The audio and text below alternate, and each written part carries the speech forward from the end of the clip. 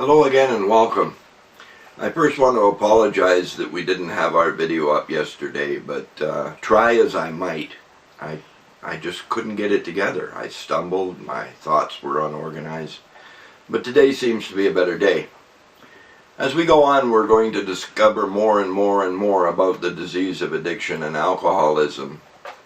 And what I'd like to do today is maybe try and give us a deeper understanding of what it is to have this disease. The first thing we need to keep in mind about the disease is that it's chronic. And that means there is no cure at this time. It can be arrested, however, by simply abstaining from putting mood and mind-altering substances into your body.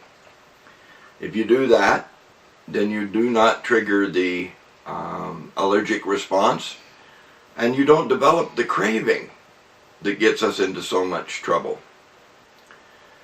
I hope in years to come that there may be a way that they can figure out to cure this disease, but right now as it is, if you've got it, you've got it. You're not responsible for having it. You are, however, responsible for how you're going to deal with it.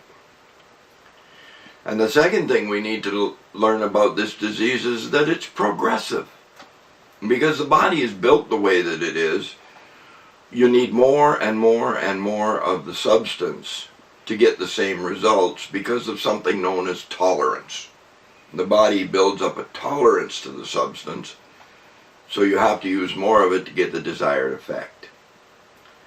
And the thing about this is that's really dangerous, especially for hard drug users, because after a long period of abstinence, if they pick up and use again, they tend to go right back to the amount that they left off with, and that leads to overdose.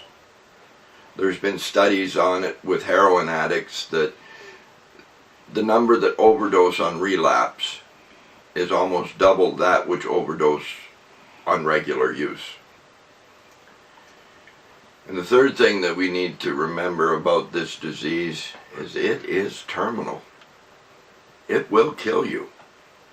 Whether you die from direct overdose or whether you die from cirrhosis of the liver, a stroke, a heart attack, something associated with the use, or whether it's by accident, driving a car when impaired, boating when impaired, any number of things. We don't make good judgment calls when we're under the influence of a substance.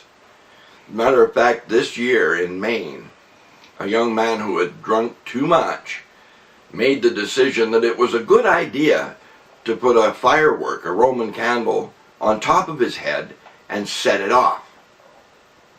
Well, that was the last decision that young man made, because when they lit the fuse, the firework exploded and it killed him.